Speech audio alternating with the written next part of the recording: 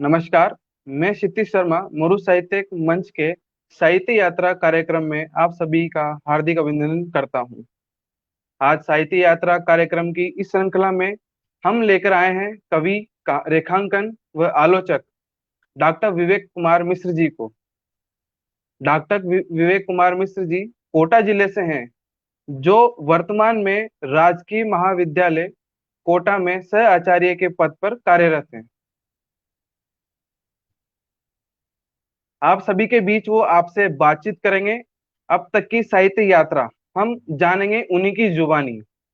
तो चलिए जुड़ते हैं डॉक्टर विवेक मिश्र जी से।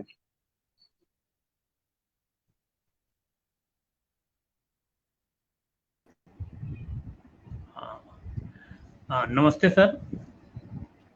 नमस्कार सर जी। हाँ, नमस्कार साहब। आपका मरु साहित्य मंच में आपका हार्दिक अभिनंदन है सर। जी।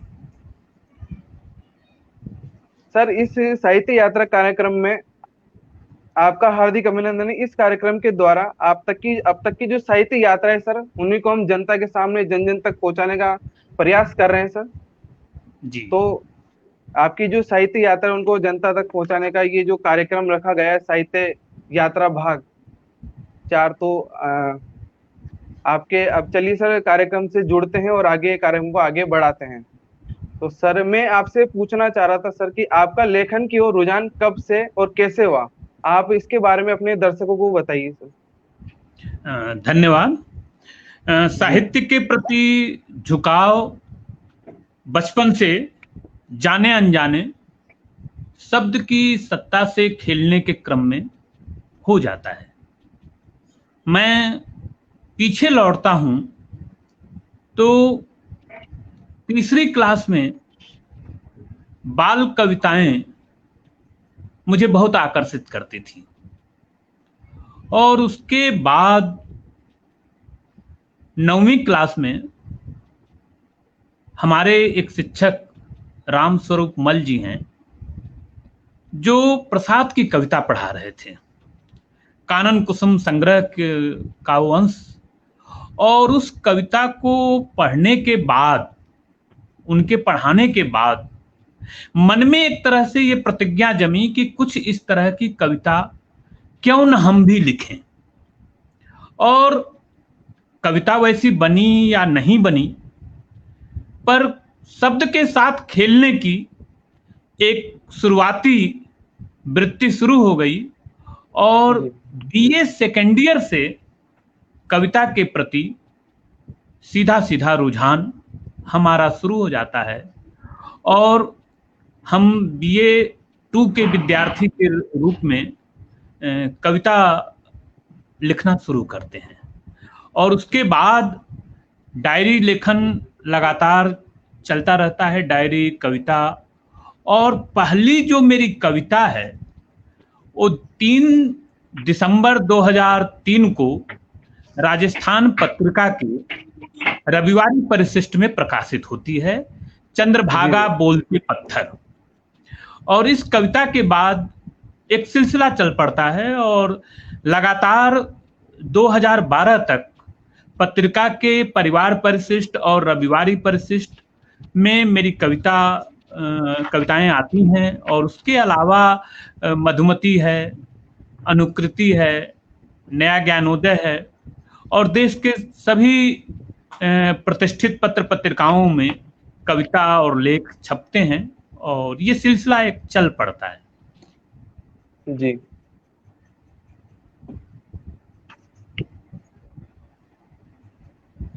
सर, बहुत बहुत अच्छा, सराहनीय सर जवाब था सर आपका। आपकी पहली प्रथम कविता चंद्रभागा, जो आपकी पहली अखबार में छपी हम्म। दिसंबर के उस दौर के अंदर सर, आपको कविता लिखने का जो सर आपका जो जुनून था, जो आपका जो जोश था सर, वो आपके बचपन से ही दिखाई प्रतीत हो रहा है। तो ये मुझे सुनकर बहुत अच्छा लगा। तो सर, मैं अब आगे बढ़ता हूँ अगले सवाल की तरफ। आपने आपकी साहित्यिक यात्रा में किन किन विधाओं में रचना क्रम किया है सर? देखिए, मैं मूल तौर पर अपने को कवि पाता हूँ, और उसके अलावा रेखांकन, निबंध और आलोचनात्मक लेखन में मेरी रुचि रही है। जी सर।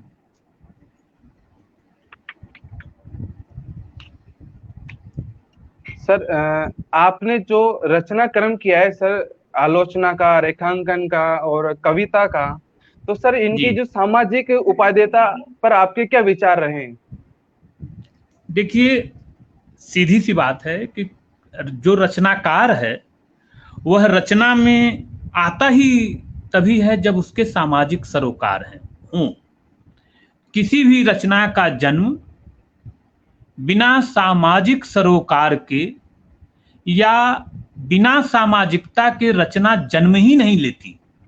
जी ये ठीक है कि कोई रचनाकार स्वयं के सुख के लिए रचना कर रहा होता है, पर उस स्वयं के सुख में भी समाज का कल्याण और समाज के लिए रचना होती है। रचना एक करुणा से जन्म लेती है, एक पीड़ा, एक बेचैनी से जन्म लेती है। हमारे भीतर यदि कोई भी रचना किसी भी विधा में जन्म ले रही हो, तो मेरा ये जी मानना है कि वह सीधे सीधे एक सामाजिक अभिव्यक्ति है। समाज में जो कुछ चल रहा है उससे एक नए परिवर्तन की ओर, एक नए विकल्प की ओर रचनाकार संकेत करता है, रचनाकार इशारा करता है। बड़े रूप में भक्ति कविता में देख रहे होंगे, जी कबीर, सूर, तुलसी, जायसी, मीरा, सबके यहाँ अपने समकालीन समाज से मुठभेड़ है, संघर्ष है, जी और उस समकालीन समाज के बदले में एक नया समाज देने की कोशिश है। तो रचनाकार जी का जो संघर्ष होता है वह अपनी तत्कालीन समय को देखते हुए, तत्कालीन समय में जीते हुए भविष्य के एक नए समाज और नए संदर्भ के लिए रचना हमेशा संकेतित करती है। वह कविता में भी संकेत मिलता है, वह आलोचना में मिलता है, वह कहानी, उपन्यास, किसी भी विधा में आप काम कर रहे हो, वह जी सीधे सीधे एक सामाजिक उपयोगिता के क्रम में रचना चलती है और तभी रचना जीवित होती है। जी सर।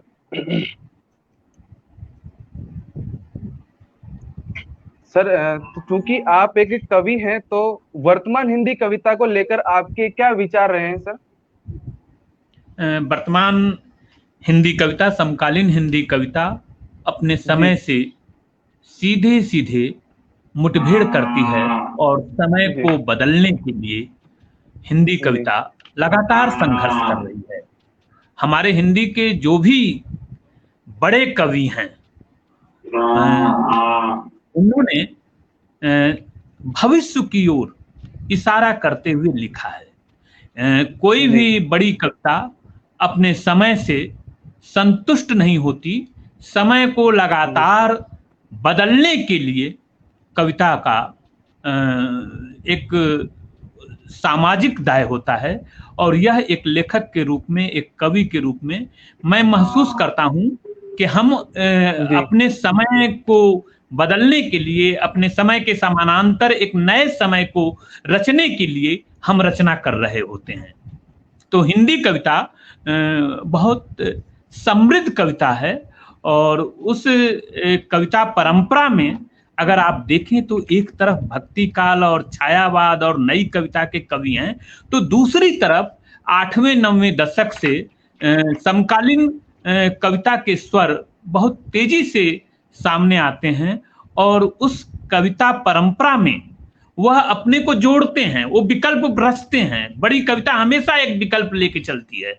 केवल जी यथार्थ से मुठभेड़ या अपने समय की छवि खींच देना कविता का अंतिम लक्ष्य नहीं है।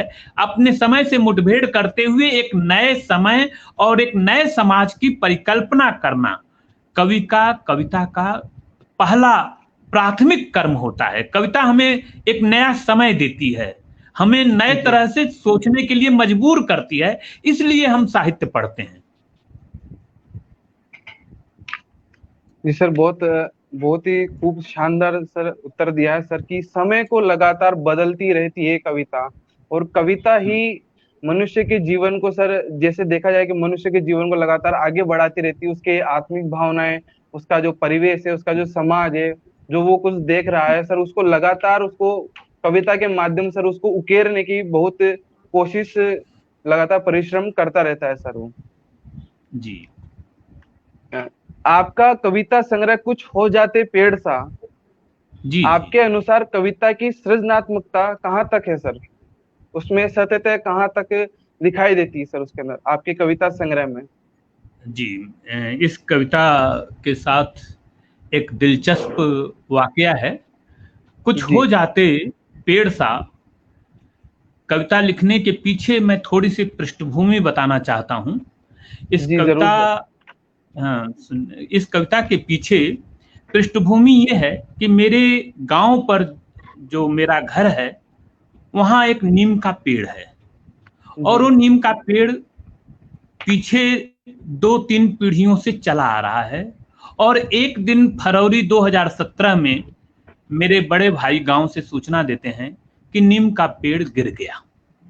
और उस नीम के पेड़ के गिरने को लेकर जो हमारी वार्तालाप होती है बड़े भाई से, मेरे भैया से, दिनेश भैया से, जी और उस वार्तालाप के बाद मेरे मन में एक बड़ी बेचैनी, और मैं 2-3 महीने लगातार परेशान रहता हूं उस नीम के पेड़ को लेके।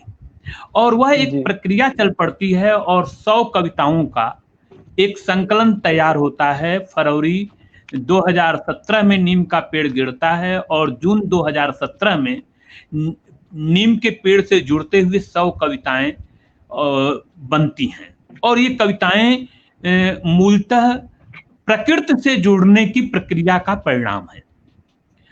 अपने आसपास गांव के पेड़ स्मृति में हैं, और मैं जो कोटा में रह रहा हूं और कॉलेज से लेकर कोटा हम्म शहर में जो पेड़ मेरे आसपास हैं, उन हम्म पेड़ों को देखते हुए और अपने स्मृति के पेड़ में पहुंचते हुए यह एक आख्यान है।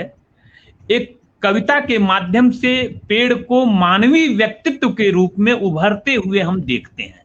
यह संग्रह मुझे लगता है कि इस तरह से पेड़ पर, केवल पेड़ पर 100 कविताओं का संकलन शायद मेरी नजर में नहीं है, बहुत कम निकला होगा या लगभग नहीं निकला होगा। मैं दावे से तो नहीं कह सकता, पर यह मैं जरूर कहना चाहूंगा कि एक साथ 100 कविताओं का संग्रह पेड़ पर और पेड़ की मनोभूमि को जीते हुए प्रस्तुत करना इस संकलन की बड़ी उपलब्धि रही। और इस संकलन से हम कुछ कविताएं आपको सुनाएंगे। और सबसे पहले जी मैं अपनी उस कविता को सुनाना चाहूंगा जो जी पहली कविता मेरी छपी थी राजस्थान पत्रिका में, जी चंद्रभागा बोलते पत्थर। तो जी मैं थोड़ा सा कविता यात्रा पर बातचीत करते हैं। मैं अपनी कविताओं का पाठ करूंगा, जी जी जी अगर आपकी इजाजत हो तो। जी सर, जरूर जरूर जरूर। तो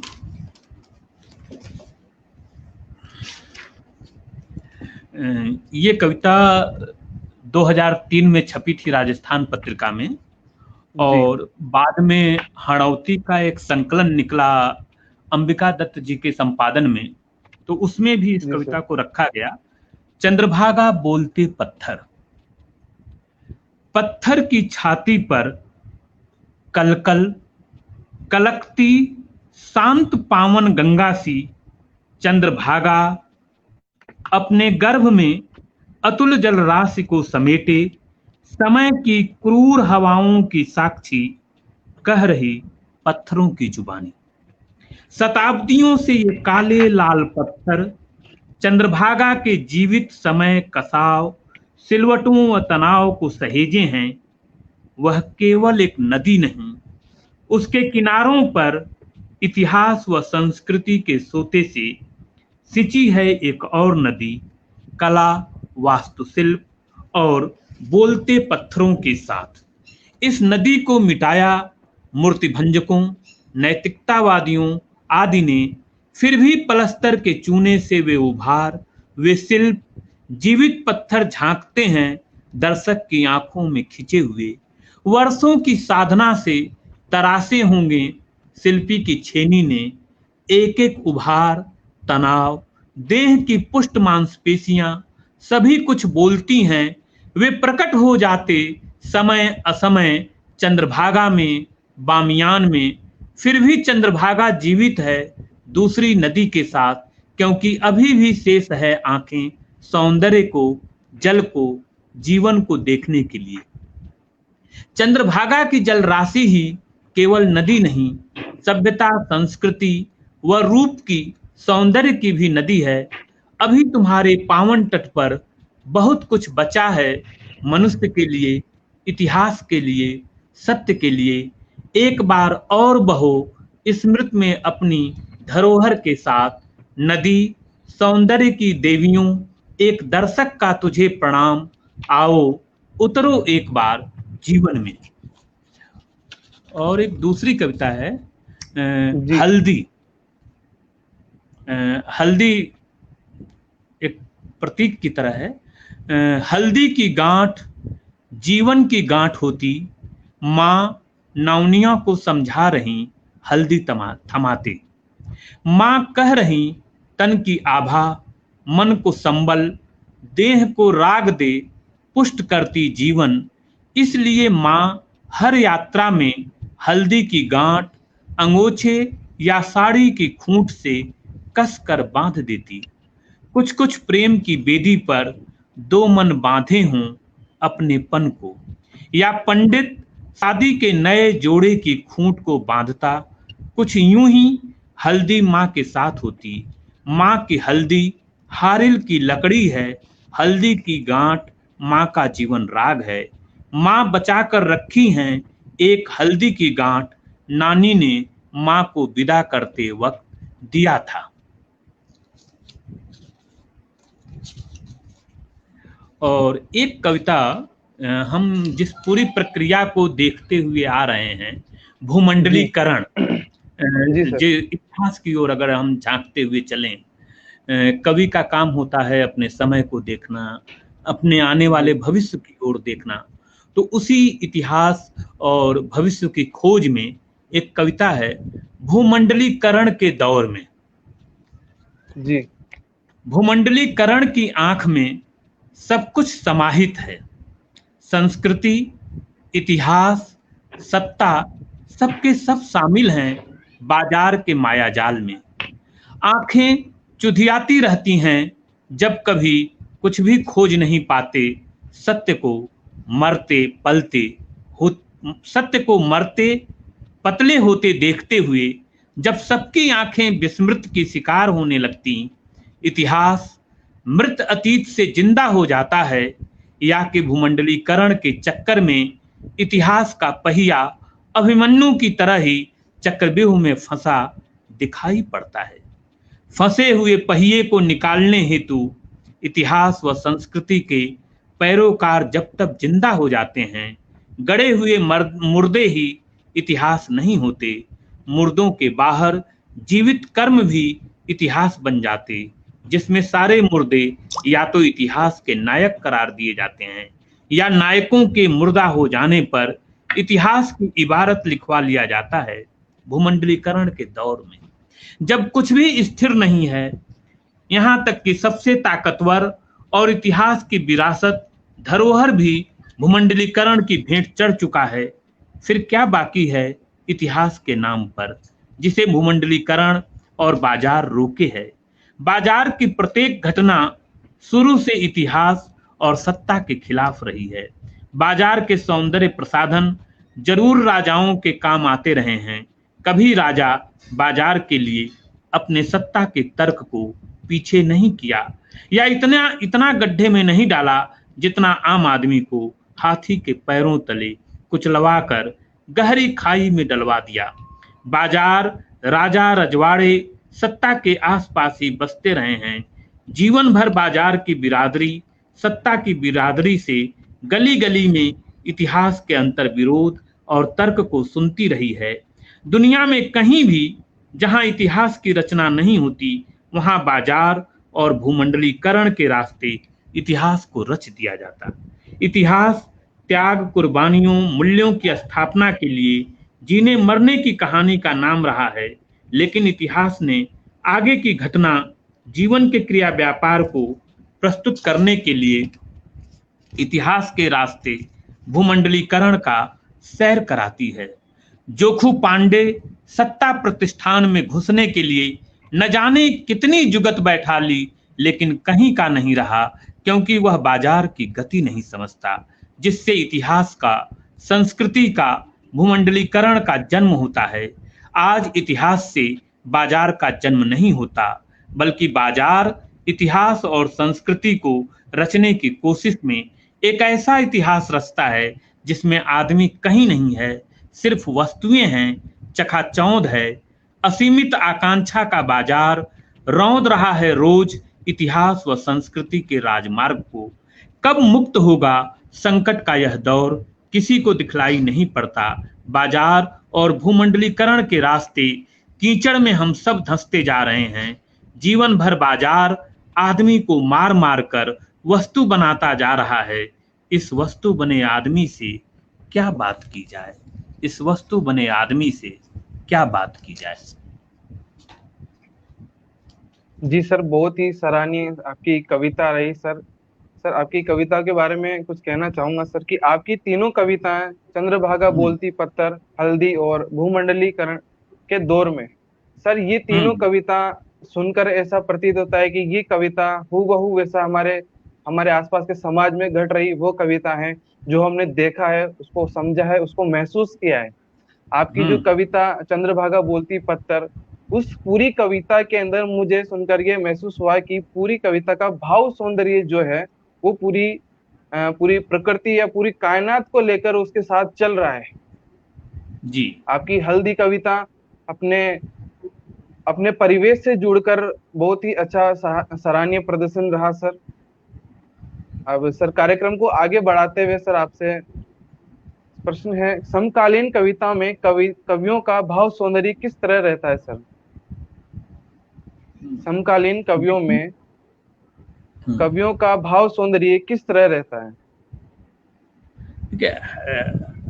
हर कवि की अपनी एक भाव सत्ता होती है, और कविता जब भी लिखी जाती है तो वह एक आश्चर्य की मनोभूमि से लिखी जाती है। कविता मूल तौर पर हमारी आंख की दृश्यता होती है। हम क्या देखते हैं, किस तरह से हम देख रहे हैं, और जो तथ्य, जो सत्य हमारे लिए है, उस तथ्य और सत्य का प्रयोग समाज में किस रूप में होगा, यह देखना कवि का काम होता है।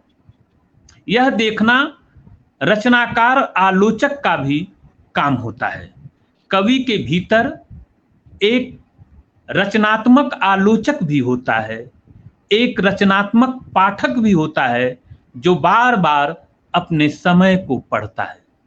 तो मूलतः जो आज रचना लिखी जा रही है, वह अपने समय का एक पाठ्य, एक भाष्य होते हुए समय में भविष्य का संकेत देने की कोशिश होती है। कोई भी रचनाकार हो, अगर उसे बड़ी रचना करनी है, रचना प्रक्रिया में उसे जिंदा रहना है, समय में कुछ करके चलना है, तो निश्चित तौर पर वह समाज से बिना जुड़े किसी बड़ी रचना का जन्म नहीं होता। मेरा ये मानना है, और सभी बड़े लेखक कवि ये मानते रहे हैं कि रचना जो है वह अपने समय समाज की उपलब्धि होती है। जी सर।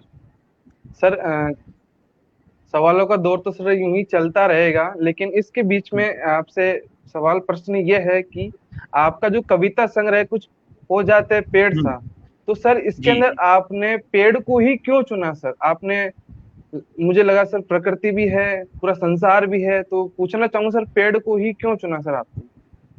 आपका सवाल बहुत अच्छा सवाल है। पेड़ को क्यों चुना, उसका एक तो तात्कालिक कारण था जिसका मैंने जिक्र शुरू में संदर्भ में कहा। जी सर। पर पेड़, मुझे लगता है कि पेड़ मनुष्य की तरह है और मनुष्य को पेड़ की तरह होना चाहिए।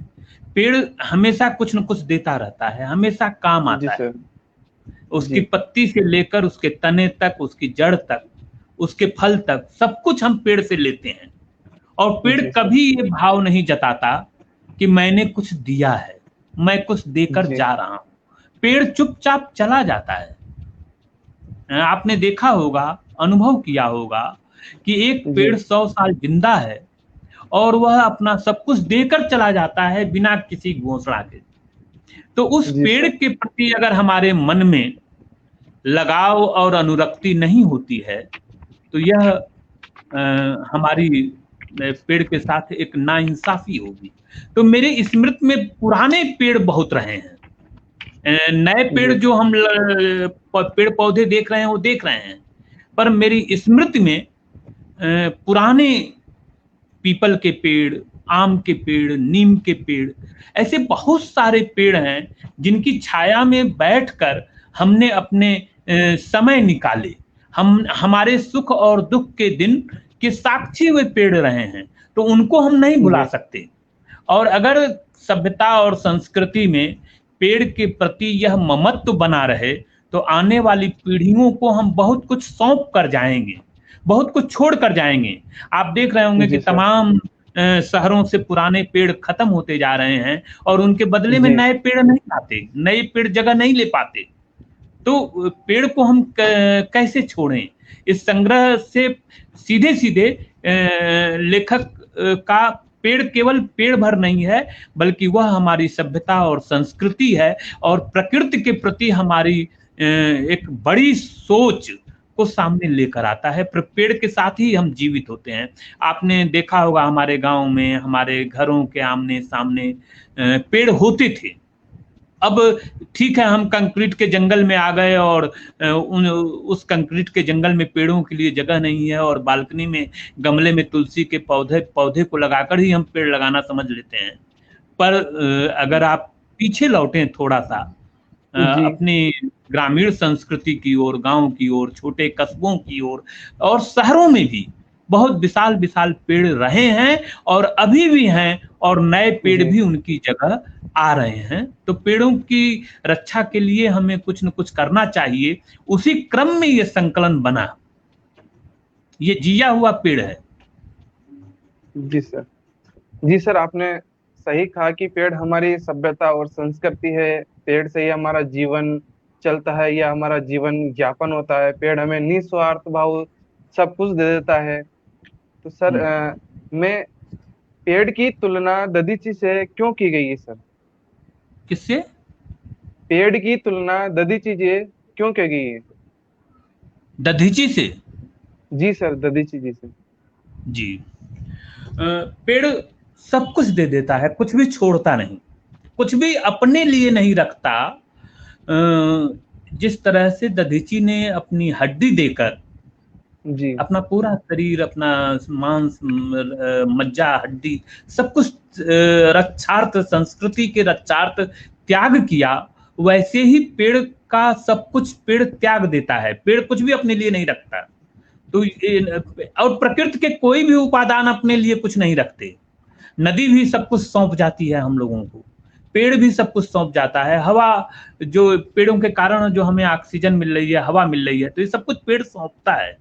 तो इसके प्रति जी तो कृतज्ञ होना, इसके प्रति भावप्रवण होना, यह हमारा मानवीय दायित्व है और हमारे मनुष्य होने की निशानी भी है।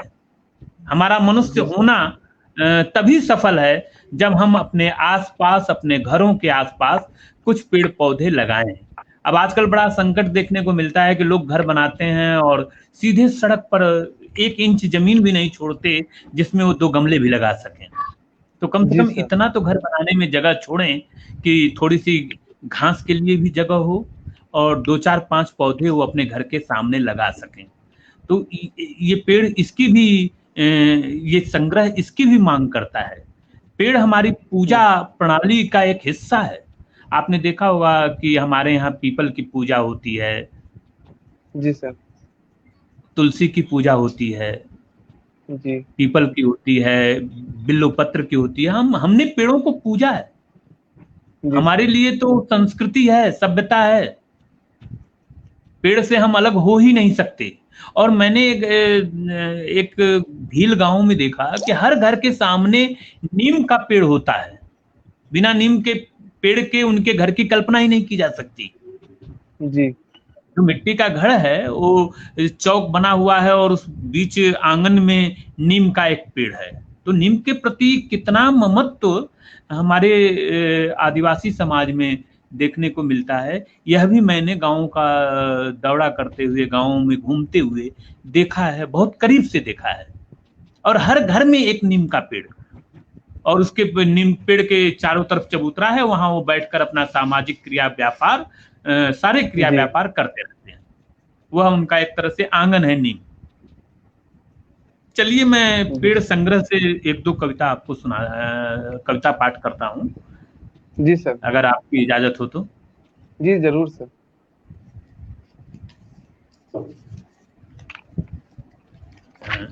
एक पेड़ के स्थापत्य में, एक पेड़ के स्थापत्य में, पेड़ रचता रहा धरती का श्रृंगार। धरती को जीता एक पेड़, संसार को जीता है।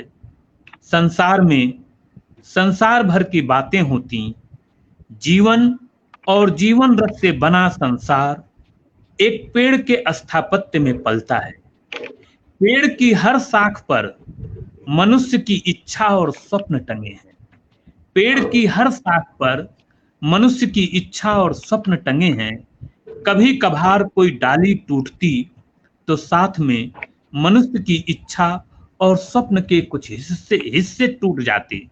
पेड़ जीवन की कथाओं के साथ ही धरती की रंगमय कथा का लेखा जोखा रखता रहता, सब संभालता, इस तरह कि मानो सब कुछ उसके ही कंधे पर हो।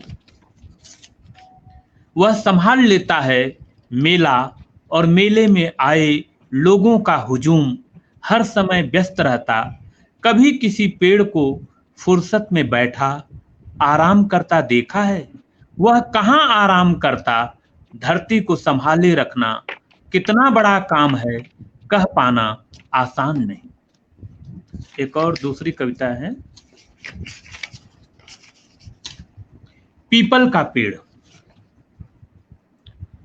पीपल का पेड़ ज्ञान का प्रतीक, सदियां बीत गई यही प्राइमरी स्कूल का सिरमौर। इसी के नीचे हरनन्नन मास्टर नरगट व किरमिच की कलम को गढ़ते, सही सुलेख लिखने की खातिर। आदमी के सांचे को भी पढ़ते पढ़ाते गढ़ते रहे, सब पीपल की दृश्यता में था। पीपल के नीचे आप से आप ज्ञान चलने लगता, पर बोझ नहीं, सब सहज था जीवन की तरह ही।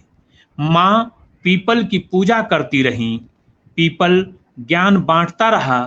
बच्चे सुबह से ही पीपल के नीचे आ जाते, खेल और ज्ञान का संगम पीपल रचता रहा है कथा का संसार। तो गांव घर की पंचायतें, जब पंचायत घर नहीं था तब सब कुछ पीपल था। इसके नीचे सच का वास था, ज्ञान का वृत्त लिए पीपल पात घूमता रहा दुनिया जहान में। यह पीपल स्कूल से निकलकर अपनी परिधि में दूर दूर तक व्याप्त होता जा रहा है। राजधानियों और देश देशांतर की यात्रा करता रहता, पर सुकून के लिए एक बार गांव के स्कूल में आ जाता। एक पुराना पेड़ बहुत दूर से दिखता है, एक पुराना पेड़ इस तरह कि कोई प्राचीन मंदिर हो, इस तरह कि कोई प्राचीन मंदिर हो। खिंचे चले आते दूर दूर से राही, पेड़ दिलासा देता कि मंजिल पास ही है, यहाँ तक आ गए तो मंजिल पर पहुंच ही जाओगे। कोई चिंता नहीं, कोई बात नहीं, गर्मी बरसात जाड़ा सब मौसमों में दूर से ही दिखता रहता है एक पुराना पेड़। इसी की छांव में कुएं का मीठा पानी भी है, यहाँ मन व आत्मा पानी पीकर छाँव में पथ की सारी थकान भुला देती, चल देती अगले पथ पर पेड़ की छाया को लिए लिए। साथ में चलता रहता है पथिक, पेड़ पथिक और पथी रचते रहते हैं किस्सा दर किस्सा संस्कृति की गाथा। जी सर, बहुत ही अच्छी कविता थी सर। एक पुराना पेड़, बहुत ही सुनकर बहुत अच्छा लगा सर। अगले सवाल की ओर हम बढ़ते हैं। स्वागत है सर। आपने आलोचना विधा पर भी रचना कर्म किया है, तो आपके अनुसार आलोचना के क्या मापदंड हैं? देखिए, आलोचना हमारे भीतर साहस, निर्भीकता और सच की बयानगी होती है। एक आलोचक के रूप में यदि मैं बात करूं, तो आलोचक रचना के समानांतर संसार की खोज करता है। जो भी रचना कही जा रही है, जो रचना लिखी जा रही है, वह अपने समय में कितना है और उस रचना से आने वाले समय के सवालों का कोई हल मिलता है या नहीं मिलता है, यह खोजना एक आलोचक के लिए जरूरी होता है। आलोचक का मतलब ये नहीं कि किसी मित्र की रचना को बढ़ा चढ़ा के बता दिया या किसी की रचना में कमियां ढूंढ ली अगर वो मित्र नहीं है तो। आलोचक प्रशंसा और अप्रशंसा के लिए नहीं होता। आलोचक का काम है कि वह निष्पक्ष रूप से रचना प्रक्रिया पर बात करे। क्यों लिखी जा रही है इस तरह की रचना? क्या कारण है कि ये रचना इस समय ही लिखी जा रही है? जब तक हम अपने समय के सवालों से मुठभेड़ नहीं करेंगे, जब तक हम रचना का ईमानदारी से पाठ नहीं करेंगे, तब तक आलोचक के सवाल पूरे होते ही नहीं। आलोचना हमेशा अपने समय के समानांतर होती है और बार बार रचना के पाठ की मांग करती है। आज जो कुछ हम एक रचना का पाठ करते हुए निष्कर्ष निकाल रहे हैं, जरूरी नहीं कि 50 साल बाद वही निष्कर्ष हो।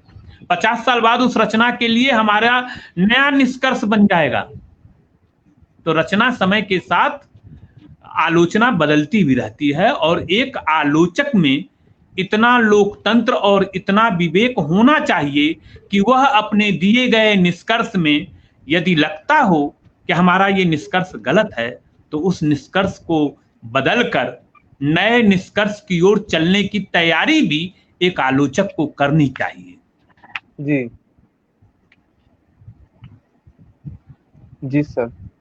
सर, आपने शुरुआत में बताया कि आप रेखांकन में भी रचना कर्म किया है, आपने रेखांकन भी लिखा है। तो सर, आपने रेखांकन का आपकी सबसे पसंदीदा रेखांकन कौन सी है, और उसका जो लिखा है आपने रेखांकन किया है, उसके पीछे क्या महत्व या क्या उसके पीछे क्या कहानी रही होगी जो आपने रेखांकन किया है? देखिए, रेखांकन के साथ भी एक समय विशेष में शब्द और रेखाओं के साथ खेलते रहने की वृत्ति से रेखांकन का जन्म होता है। मुझे याद आता है कि 2003-04 में मैं कुछ दिनों के लिए अकेला था और उस समय को कैसे जिए, कैसे उस समय को, उस खालीपन को भरें, उस प्रक्रिया में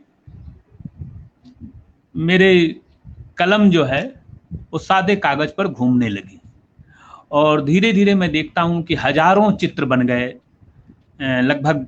और रेखांकन की प्रक्रिया में मैं 2003 से लेकर 2010 तक लगातार 7 साल तक मैं रचना कर्म छोड़ के रेखांकन कर्म में लगा हुआ था। और याद है कि देश की सारी प्रतिष्ठित पत्र पत्रिकाओं में मेरे रेखांकन उस दौर में छपे और जी कवर पेज भी छपे। यहाँ तक कि मधुमती का कवर पेज मेरे रेखांकन से बने हुए हैं और मधुमती है, प्रगतिशील वसुधा है और नया ज्ञानोदय है। और सबसे पहले मेरा रेखांकन नया ज्ञानोदय जैसी प्रतिष्ठित पत्रिका ने छापा और 2005 में लगभग छापा था।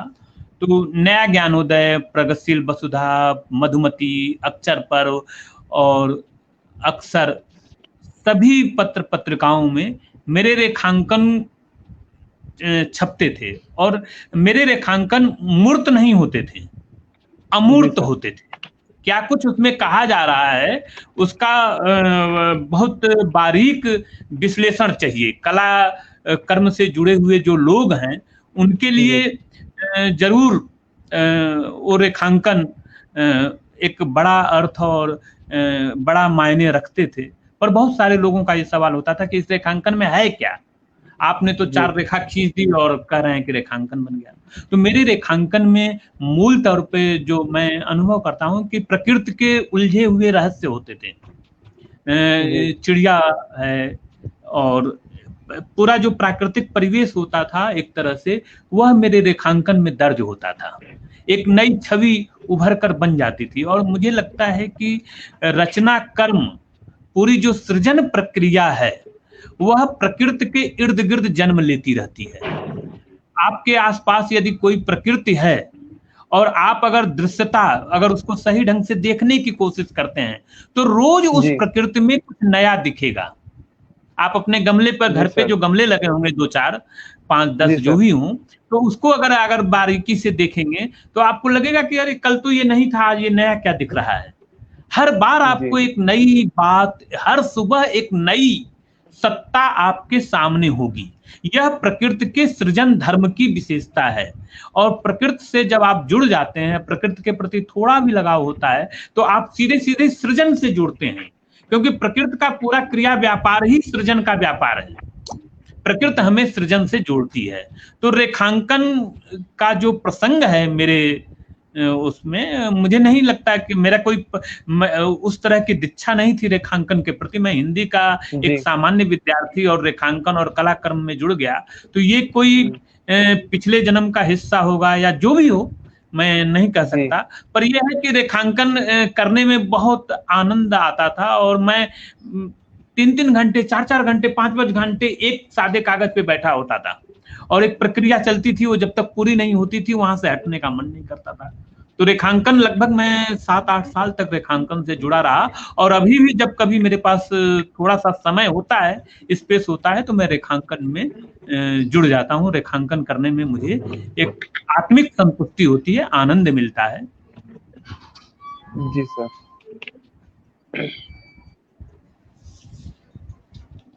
सर मेरा अगला सवाल है सर कि पेड़ हमें निस्वार्थ भाव से सब कुछ देता है सर, हम्म, जबकि हम्म, मनुष्य जो भी करता है स्वार्थ भाव से करता है। हम्म। तो आपके कविता संग्रह के अनुसार इसमें कितनी सत्यता रही होगी सर, कि पेड़ हमें निस्वार्थ भाव से देता है और मनुष्य जो है स्वार्थ के भाव से उससे कुछ लेता है। तो आपकी जो कविता संग्रह है उसमें इसके अनुसार कितनी सत्यता है सर?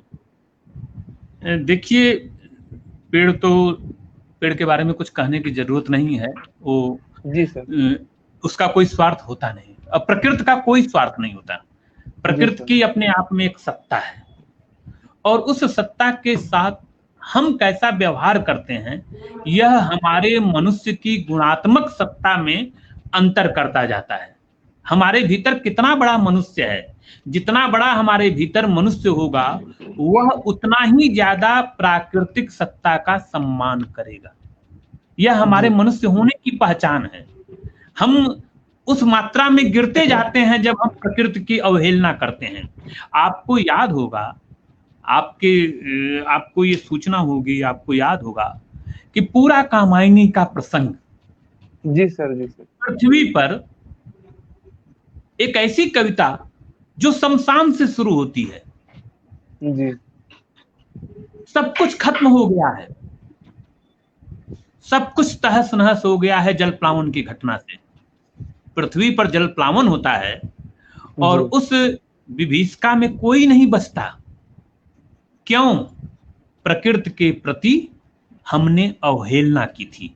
हम अपने जी अहम में इतने अपने को विराट मान लिए थे कि हमने सोचा नहीं कि प्रकृति की कुछ सत्ता है। सीधे सीधे कामायनीकार जी प्रसाद जी कहते हैं कामायनी में कि हम सब क्या थे, जो देव जाति के लोग हैं कह रहे हैं कि हम सब भोले थे, तिरते थे विलासिता के नद में। जी।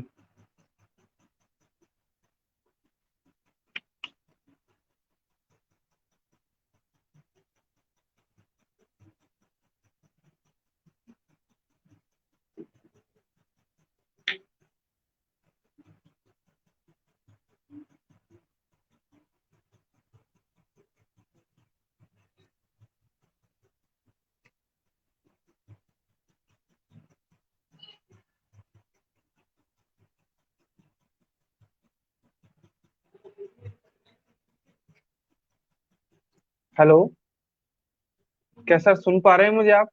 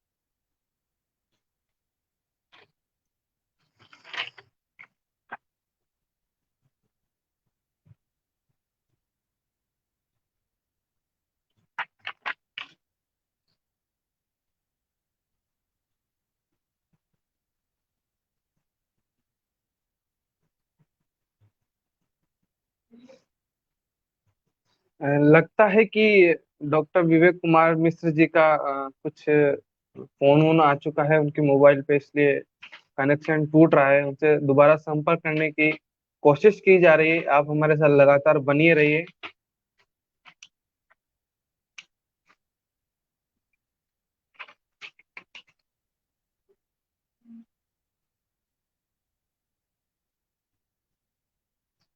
हेलो।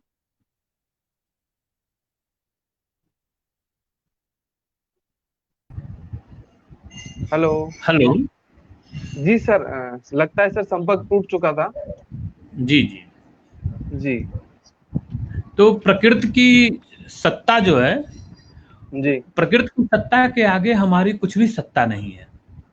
तो जी प्रकृति की कभी भी अवहेलना, अनादर हमें नहीं करना चाहिए।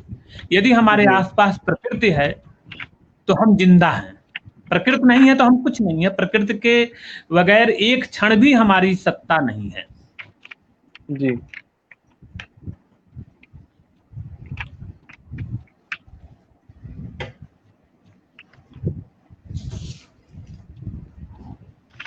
सर, आपका जो कविता संग्रह है कुछ हो जाते पेड़ सा सा, जी। तो सर उस कविता संग्रह में से आपकी कुछ चुनिंदा या पसंदीदा जो कविता है, मुख्य मुख्य, वो एक बार हम्म। आप दर्शकों को सुनाना चाहेंगे?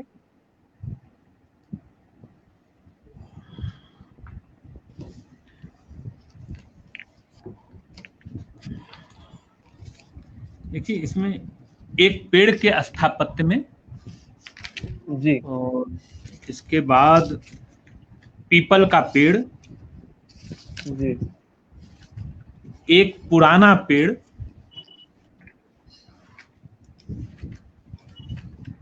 नीम का पेड़ भर नहीं, जिस पर ये संग्रह लिखा गया था। जी और शताब्दी को जीता एक पेड़। तो जी मैं तो ये कहूंगा कि एक सर्जक के लिए, एक रचनाकार के लिए उसकी हर रचना उसके लिए प्रिय होती है। पर जब कुछ छांटने की बात आती है, संख्या की बात आती है, तो दो चार हम कहते हैं, पर ये पूरा उत्तर नहीं है। मेरी हर रचना मुझे पसंद है। और जी एक रचनाकार के रूप में, एक रचनाकार आलोचक के रूप में मैं ये कहना चाहूंगा कि एक रचनाकार बार बार अपनी रचना को पढ़ता है और जी तब सर। जाकर उसमें वो कुछ पकते हुए देखता है।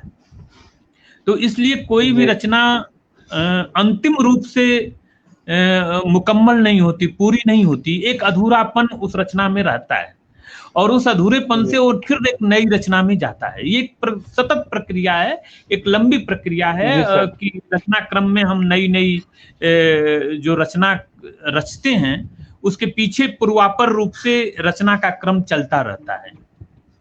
जी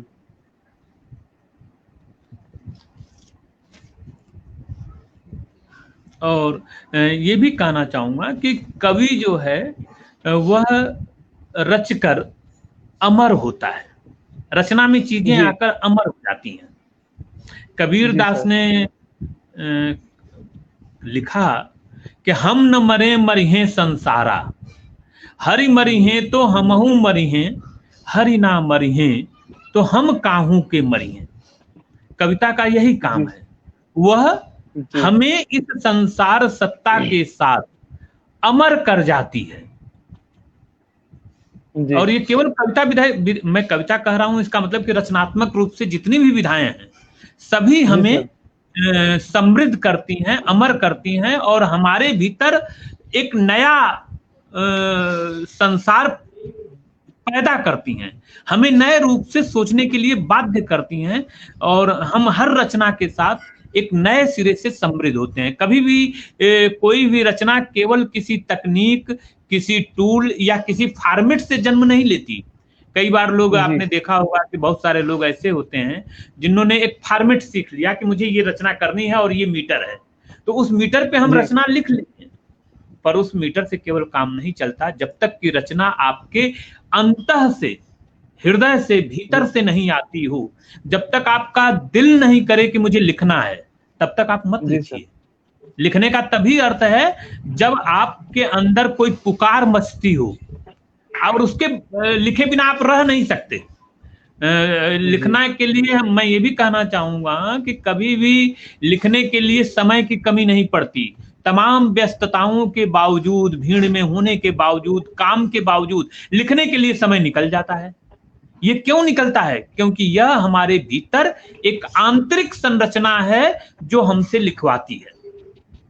जी सर। सचेत रूप से हम लिखने के लिए बैठे कि कुर्सी मेज पे बैठेंगे और लिखेंगे तभी लिखना संभव होगा, ऐसा नहीं होता। कई बार आप महीनों महीने कुछ नहीं लिखते, पर लेखन की एक प्रक्रिया आपके मस्तिष्क में चलती रहती है और जब लिखने बैठते हैं तो 2 दिन में आप उस महीने भर का लेखन पूरा कर बैठते हैं।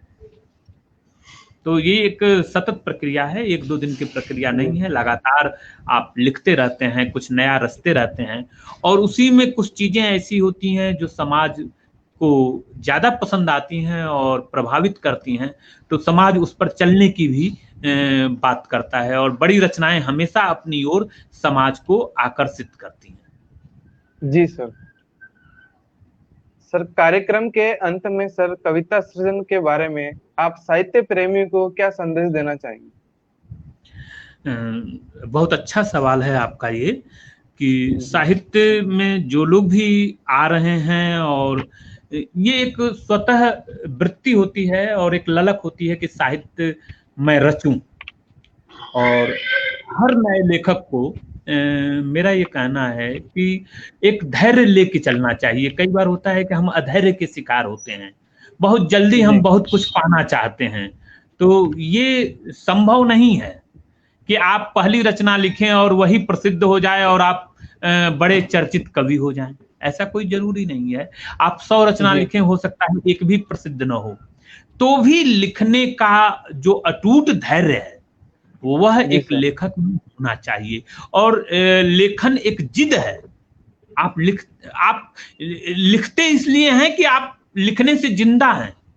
तो लेखन जी कर्म बहुत बड़ी कसौटी की मांग करता है। और मेरा तो सिर्फ सिर्फ इतना निवेदन है कि रचनाकार के रूप में आप वह लिखें जो समाज को सकारात्मक संदेश दे सके और समाज को एक सही राह दिखा सके, तभी लेखन की सार्थकता है।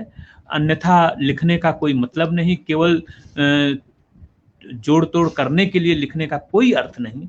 आपके लिखे होने का संदेश हो, आपका लिखा समाज की धड़कन हो, आपका लिखा हुआ समाज की जरूरत बने। आप जी ऐसा जी लिखें कि समाज उसके पीछे चले, तब तो फिर लिखने जी की सार्थकता है और लिखने का कोई मूल्य है। और हमेशा हर युग में जो रचना बचती है, लिखने वाले जी हजारों कवि इस समय होंगे, पर हजार में बचेंगे जी सर। कितने? 25-50। भक्ति जी काल सर। में आप 5 कवि का नाम लेते हैं, 4 कवि का नाम जी। लेते हैं। भक्ति काल में रहे होंगे 500 कवि, छायावाद में रहे होंगे 500 कवि, पर नाम किसका हम लेते हैं? 4-6 लोगों का, 10 लोगों का। तो जी यह जो नाम बचता है, वह बहुत बड़ी कीमत चुकाकर बचता है। और वह तभी बचता है जब वह समाज के लिए कुछ उपादेय छोड़ कर जाता है। तो एक जी रचनाकार के रूप में, एक रचना कर्म में भागीदारी निभाने के कारण मेरा सिर्फ इतना निवेदन है कि आप किसी भी जल्दीबाजी में रचना न करें। रचना को पकने दें, और जब ये लगे कि अब लिखे बिना रहा नहीं जा सकता, तो फिर लिखें। और निर्भीकता से लिखें, किसी डर से, किसी प्रलोभन से रचना जन्म नहीं लेती। रचना हमारी आंतरिक सत्ता से जन्म लेती है, और रचना ही जी हमें सर। गढ़ती है, बनाती है। जी सर। बहुत बहुत धन्यवाद। आपने जी अपने मंच पे मुझे इतना समय दिया। इसके जी लिए सर। मैं मधु साहित्य मंच का बहुत आभारी हूँ। और जी आज सर। इस बहाने से हम लोग रचना जी कर्म, आलोचना कर्म और कविता कर्म पर बातचीत किए। क्षितिज शर्मा जी, आपका बहुत बहुत धन्यवाद। मैं सर, आपका आभारी भी हूँ सर बहुत आपका। बहुत आभार आभार रहा सर कि आप हमारे मंच पर आए और आपसे हमने बातचीत करी सर। बहुत अच्छा लगा, आपसे बहुत कुछ सीखने को मिला सर हमें। इसके लिए बहुत बहुत आभार सर। नमस्कार सर। नमस्कार।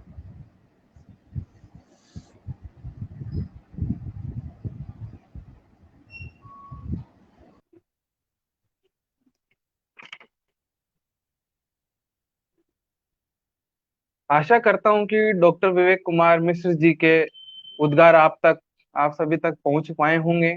और दर्शकों से चाहूंगी कि मरु साहित्यिक मंच को लगातार देखते रहिए, सुनते रहिए और उसका फॉलो अप बढ़ाते रहिए और उसको लाइक करते रहिए। जय हिंद।